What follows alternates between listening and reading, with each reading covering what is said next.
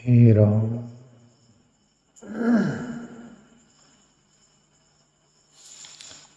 संत कबीर साहब के दोहे पर अपन सत्संग लेंगे। प्यारे मित्रों, शीलवंत सबसे बड़ा, सब रतन की खान, तीन लोक की संपदा रही सील में आन। संत कबीर बोलते हैं कि इस जगत में सबसे बड़ा शीलवान व्यक्ति होता है। शीलवान प्रभु श्री राम को भी बोला गया, उनमें शील था। पहली बात, शील किसको बोलते हम उसको समझे। शील यानी किसी ने दो गाली दे दी तो सुन लिए, उस पर तुरंत प्रतिक्रिया नहीं दिए, उसको सामने वाले को समझ जाए हम कि ये शीलवान व्यक्ति नहीं है, ये उतना सोचिक नहीं, उतना समझदार नहीं है, इसलिए ऐसा व्यवहार हमारे साथ किया। ऐसा शीलवान व्यक्ति समझ लेता है, समझता है। कोई भी प्रकार का शीलवान व्यक्ति के साथ एग्रेसिव, आक्रामक व्यवहार करते हैं, उसको वो तुरंत प्रतिक्रिया उसके अंदर से नहीं होती, उसको बोलते हैं शीलवान। उसका स्वभाव भी शांत रहेगा, उसका हर कृत्य शांत रहेगा और उसके जीवन में बहुत गहराई होगी। इसलिए कबीर साहब बोले, शीलवंत सबसे बड़ा।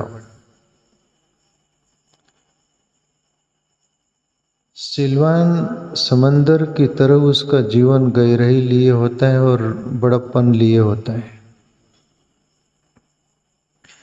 प्रभु राम के साथ रावण इतना ज्यादती करते हैं, फिर भी बहुत शांति से काम लेते हैं कि लड़ पड़े। नीति न्याय सभी कुछ व्यवस्थित ढंग से युद्ध किया गया। रावण ऐसा करता है क्या? प्रभु श्री राम को तो जंगल में ही भिड़ जाता हूं। क्यों? वहां शील नहीं था। इसलिए शीलवंत सबसे बड़ा, सब रतन की खान। जो खान होती है, हीरे की खान होती है मूल्यवान, तो सोने की भी खान होती है, अनेक प्रकार की खान होती है, पर सब रतन की खान, सबका राजा की तरह वो रतन की तरह शीलवान व्यक्ति है। कबीर साहब बोलते, तीन लोक की संपदा रही सील में आन। एक कबीर का दोहा है, दया गरीबी बंदगी समता शील निदान, ये ते लक्षण संत के कई कबीर विचार। इसमें शील शब्द आया। संत कौन? दया, जिसमें दया हो। गरीबी, स्वभाव की गरीबी। कई के लोग, उनका स्वभाव ही ऐसा गरीब होता है, उनको देखते से ही लगता है कि इससे अपने को खतरा होने वाला नहीं। और कुछ लोगों को देखते से ही आप भाप लेते हो कि ये कुत्ते की तरह कब काट लेंगे, उसका भरोसा नहीं।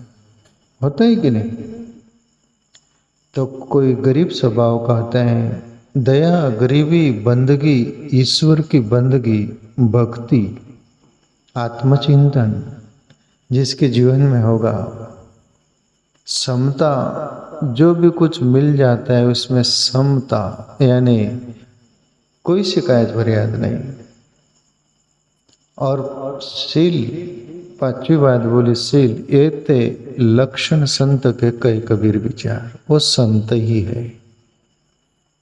सील इन चारों से भी प्रमुख आखिरी पर कबीर साहब बोले कि सील में इतना हो है। तो इतनी सील की बात करते कबीर साहब। प्यारे मित्रों, ये महापुरुष जन्म जन्म के अनुभवी होते हैं, दुनिया को देखते आ रहे होते हैं, सभी तरह का उनको अनुभव होता है। इसलिए हर पार्ट का, हर चीज का, हर कोई किसका क्या मूल्य है वो हमें मूल्य बताते हैं। हम भी जीते जाड़े मोटे जिसको बोलते हैं, कोई उसका पता नहीं चलता। तो प्यारे मित्रों, सील आने के लिए भी मैं इसके लिए कुछ बोलूं तो अच्छी संग चाहिए। कोई संत महात्मा, सच्चे संत महात्माओं की संग मिले, यहाँ बहुत सज्जन लोगों की संग मिले, जिससे हमें सील सधा जाए, ये सब गुण हम में आए। इसके लिए अच्छी संग चाहिए। अच्छी संग होती तो ईश्वरीय भजन होगा, आत्मचिंतन होगा, उससे फिर दैवी गुण सभी ये उतरेंगे। जो भी बात बोली जा रही वो बलहारी है अच्छी संग की। अच्छी संग के बिगर आप आत्मचिंतन में नहीं लग सकते, ईश्वर की भक्ति में नहीं उतर सकते, वो दिशा नहीं मिल सकती आपको, और ये गुण आ नहीं सकते। जीवन में हम जीते हैं प्यारे मित्रों, कभी भी कोई भी बातों से एग्रेसिवता न लाइएगा। अपन थोड़ा शीलता से सोचिएगा, उसका रीजन क्या है, थोड़ा टटोलिएगा तो सील पकने लगेगा। और सीलवान लोगों की लोग बात नहीं करते रे, कितना सील है उसमें। उसने गाली दे दी, उसको एक थप्पड़ मार दिया, पर कुछ बोले नहीं। आगे कबीर साहब दूसरे दोहे में बोलते हैं, कबीरा सोया क्या करे, उठी न बजे भगवान, जब घर ले जाएंगे पड़ी रहेंगी म्यान। अपन जो रोज सोते उस सोने की बात कबीर साहब नहीं कर रहे। उनका बोलने का अंदाज और कुछ है जो हम ख्याल में लें। कबीरा सोया क्या करे, उठी न भजे राम। एक बार सोया हुआ व्यक्ति रहता है, वो जाग जाकर राम भज सकता है, परमात्मा का भजन चिंतन कर सकता है, वो तो कोई बड़ी बात नहीं हुई। पर कबीर साहब वो बात बोल रहे जैसे दो व्यक्ति होते हैं, एक ध्यान का मर्म जानता है, भजन का मर्म जानता है, वो ध्यान भजन करता है। दो लोग सोए हुए रहने दो, और ध्यान भजन का मर्म जानने वाला और बेहोश जो नींद सोने वाला, एक खर्राटे मारेगा न भी मारेगा, पर वो मरे हुए जैसा सो जाएगा, उसको कोई सुध नहीं रहेंगी। और ध्यानी और भजनानंदी होगा, सोया हुआ लोगों को लगेगा, पर आंखें बंद है, आज्ञा चक्र में स्थिर करके ध्यान में स्थिर होकर वो सोया हुआ दिखता है, पर सोया हुआ नहीं रहता। अंदर उसका भजन चलता है, ध्यान चलता है, वो सोया हुआ जैसा लग रहा है पर सोया हुआ नहीं। उस बात के लिए कबीर साहब इशारा करते हैं, कबीरा सोया क्या करे, सोया हुआ तो मरे हुए जैसा है, वो क्या है बोले वो नहीं बात, पर सोए में भी तू जाग जा। प्यारे मित्रों, हम सोते हैं पर हम नींद में चले जाते हैं। नींद को भी ध्यान बना सकते हो तुम अपन सब। नींद को सीधा और साफ है, कोई ज़्यादा डिफिकल्ट कठिन नहीं। सो आंखें बंद करके आज्ञा चक्र में और ध्यान मुद्रा में सो जाओ। वहाँ पर अनुभव भी होंगे आपको, बिल्कुल अनुभव होंगे, छोटे मोटे जरूर अनुभव होंगे आपको, और उसमें होशपूर्ण आप रहोगे, वो अनुभव आप देखोगे, और कब नींद आ जाएगी वो आपको पता नहीं चलेगा। इसलिए कबीर साहब बोले सोए हुए में से भी जाग जा। आपने खुद के प्रति बोलते हुए कबीर साहब अपन सबको बोल रहे हैं, कबीरा सोया क्या करे उठी न भजे राम, उसमें जाग कर राम को भज, वो आत्मचिंतन कर। एक तुकाराम बाबा के अभंग की पंक्ति अपन लेते हैं ना, वो दो लोगों के प्रति बोले, एक ध्यान करी थी जप, एक बेसुनी घेती झोप, दोनी दिसती सार की, वर्म जाने तो छिपार की। एक ध्यान करता है और जप करता है, उसकी भी आंखें बंद रहती, और एक सोया रहता है, वो बेसुनी घेती झोप, वो बैठा भी रहेगा तो सो जाएगा, सोया रहे तो सोया रहेगा, पर ये सोया रहे कि बैठा रहे इसका ध्यान भजन चलेगा। दोनों दिसती सार की, दोनों बराबर आंखें बंद है दिखेंगे, पर वर्म जाने तो छिपार की, वर्म जो जानता है वही सच्चा पार की, नहीं तो आंखें तो पूरी दुनिया बंद कर रही, कहीं पहुंच रही नहीं। शरीर की थकान मिटती, मन की थकान मिटती है, मन सब भूलभाल जाता है और शरीर काम कर कर के थक जाता है, उसको विराम शांति मिलती हुई विश्राम मिलता है, दूसरा क्या। उसमें आत्मचिंतन कहाँ भजन उसमें। पर कबीर तुम जो सोते हो उसको भी भजन बना लो, ध्यान बना लो, उसमें से वो बोल रहे, कबीरा सोया क्या करे उठी न भजे राम, जम घर ले जाएंगे पड़ी रहेंगी म्यान। जम की बात लिया जाती है, यम की बात लिया जाती है, वो आता है जीवात्मा को निकाल के ले जाता है, हो सकता है उसको नौकरी बजाना काम उसका काम होगा, ठीक है होगा, यम आता होगा, पर मैं यहाँ सीधी और साफ बात बोलूँ, जब शरीर की अवधि हो जाती, तुम्हारे श्वास जितनी मिली थी उतनी सब कुछ प्रकृति का नियम है, ऑटोमेटिक ये शरीर बेकाम हो जाता है, उसको छोड़कर ये प्राण जीवात्मा सहित चला जाता है। फिर उसको बोलो कि यमराज ले गया, बोल दो कि यमराज का नाम भी मत लो तो कोई हार का, पर शरीर में से वो चला जाता है, वो आता है अपनी मर्जी से, जाता है अपनी मर्जी से, वो स्वतंत्र सत्ता है। तो कबीर साहब बोल रहे, जब घर ले जाएंगे पड़ी रहेंगे म्यान, वैसे ये शरीर से जीवात्मा चला जाएगा। तो जैसे तलवार निकाल ली गई और म्यान पड़ी, उसका खोखा कवर वो कोई काम का नहीं, मेन तलवार थी, तलवार की तरह तुम्हारी जीवात्मा शरीर से निकल जाएगा, तो फिर क्या काम आएगा। बोले क्या काम आया तुझे, ये शरीर मिलकर, मानव शरीर मिलकर भी क्या तेरा फायदा हुआ। उस तरफ कबीर साहब इशारा कर रहे हैं। तो प्यारे मित्रों, ये शरीर हमको मिला है तो इसका सदुपयोग कर लेना चाहिए। एक एक क्षण जा रहे हैं, अरे न अनुभव हो कुछ नहीं हो, पर यार प्यास लेकर जीवो। रोज ये सोचो, दिन भर काम करते, ड्यूटी करते, जो भी कुछ करते हो, शाम सोते समय ये सोचो, अरे आज का भी दिन गया। मीरा बोलती थी, मीरा तो आज हमारे बीच आत्मरूप से है, उनकी वाणी है, पर मैं जिंदा बैठा हूँ आपके सामने। ये भक्त को होता है, उसको चाहने वाले को होता है, ये आज का भी दिन बीत गया। मीरा की तरह उसके अंदर से भी पुकार उठती है, शाम भई पर शाम न आए, आज का भी दिन गया। पर उसको एक आशा बंधी रहती है कि नहीं, चलो आज नहीं मिला तो कल। उसी समय वो साधने लगता है, पर उसके अंदर पछतावा होता है, मेरे एक एक क्षण जा रहे, एक एक दिन जा रहे, ये वो सत्य का अनुभव किए बिगड़ जा रहे हैं, कब होगा मुझे।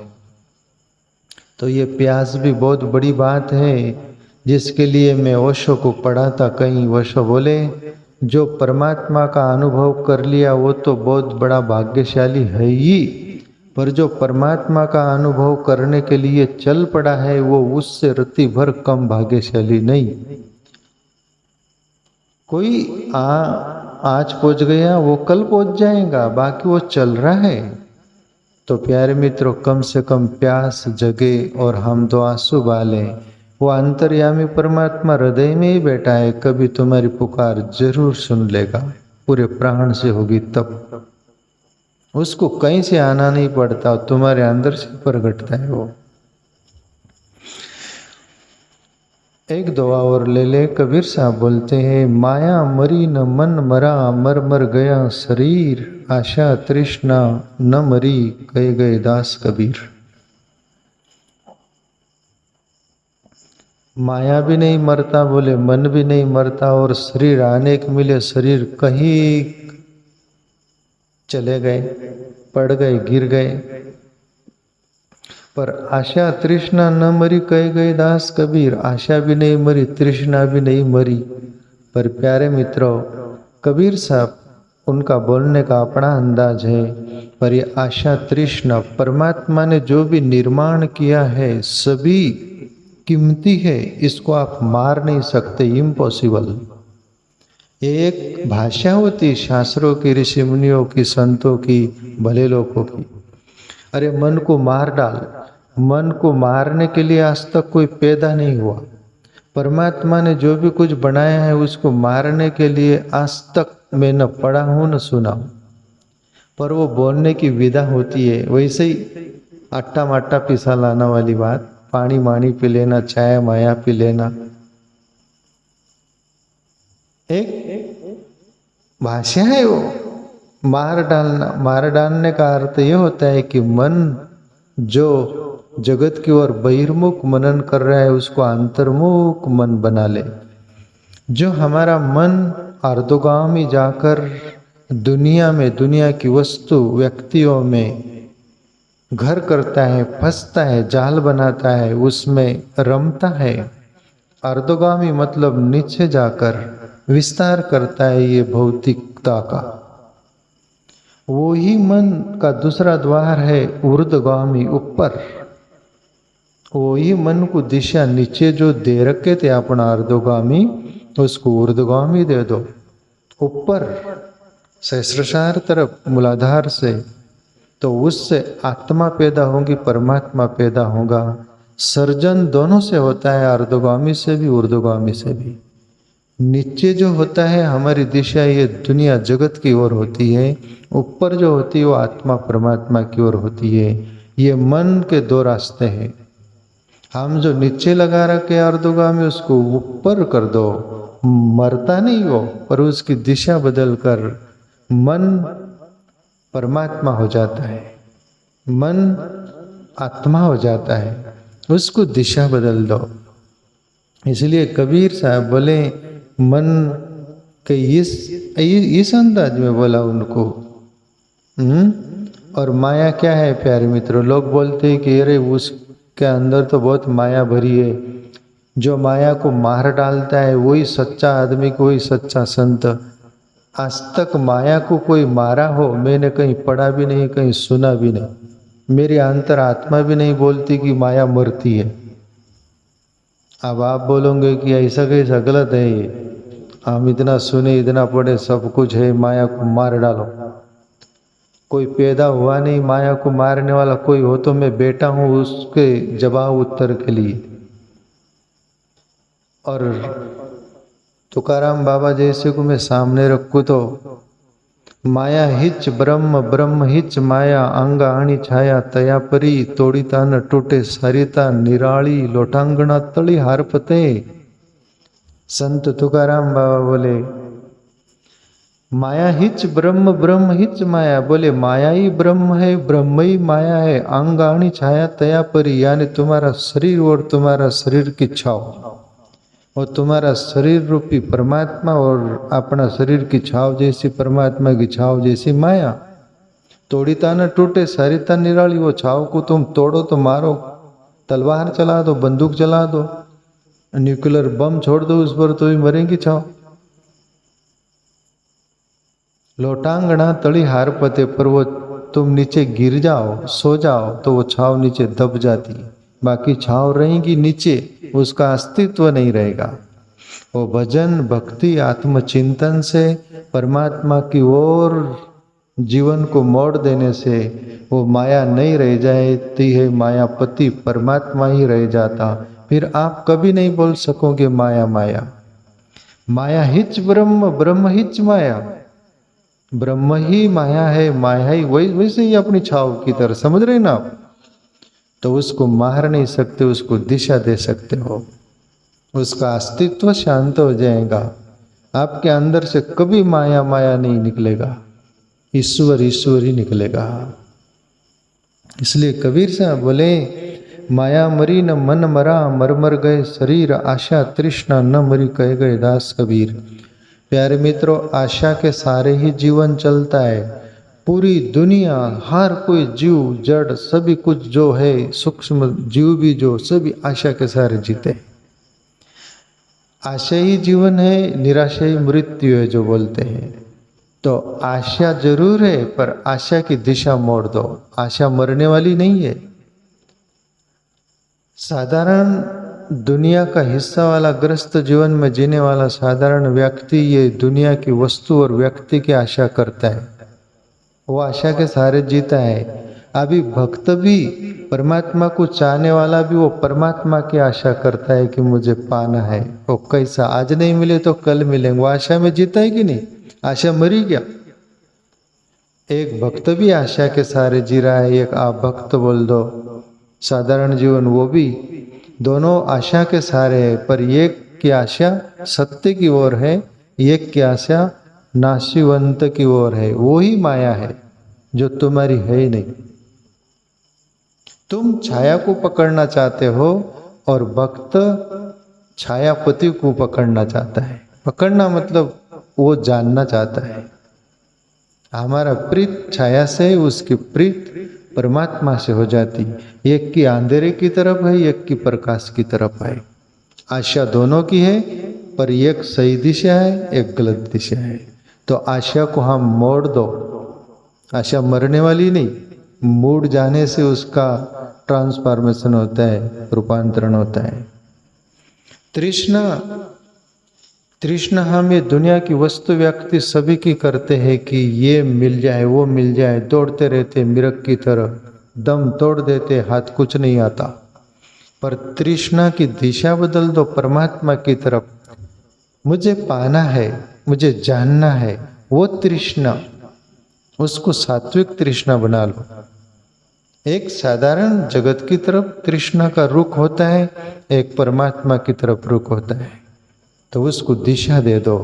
उस बात को कबीर साहब बोल रहे, आशा तृष्णा न मरी, कह गए दास कबीर। वो मरती नहीं प्यारे मित्रों। हर चीज परमात्मा ने बनाई है, वो मिटने वाली नहीं है। परमात्मा ही मिटता नहीं तो उसकी बनाई हुई वस्तु कैसे मिटेंगी?